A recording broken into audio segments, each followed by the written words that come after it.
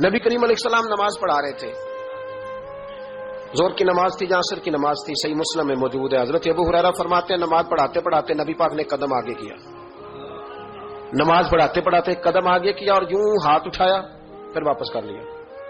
اب نماز پڑھ کے نا تو سلام پھیرا تو صحابہ عرض کرنے لگے یا رسول اللہ صلی اللہ علیہ وسلم، وہ نماز میں پیر بھی آگے کیا تو ہاتھ بھی اٹھایا، تو وجہ کیا تھی؟ پہلا سوال تو یہ ہے کہ آپ لوگ نماز پڑھ رہے تھے یا حضور کو دیکھ رہے تھے؟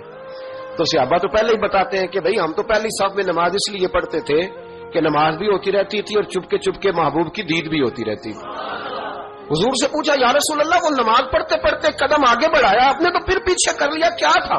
اور ہاتھ اٹھایا تو پھر آپ نے نیچے کر لیا۔ تو نبی کریم فرمانے لگے نماز پڑھاتے پڑھاتے جب میں نے کہا نا سمی اللہ لمن حمیدہ، اچانک میری نظر اٹھی تو جنت میں چلی گئی، نظر اٹھی تو جنت میں، تیرے لیے 2-4 قدم عرش بری ہے۔ تو محبوب فرماتے ہیں جب میری اوپر نظر گئی نا تو میں نے دیکھا کہ انگوروں کا ایک خوشہ لٹک رہا ہے جنت میں، تو میں نے ہاتھ بڑھایا کہ توڑ لوں۔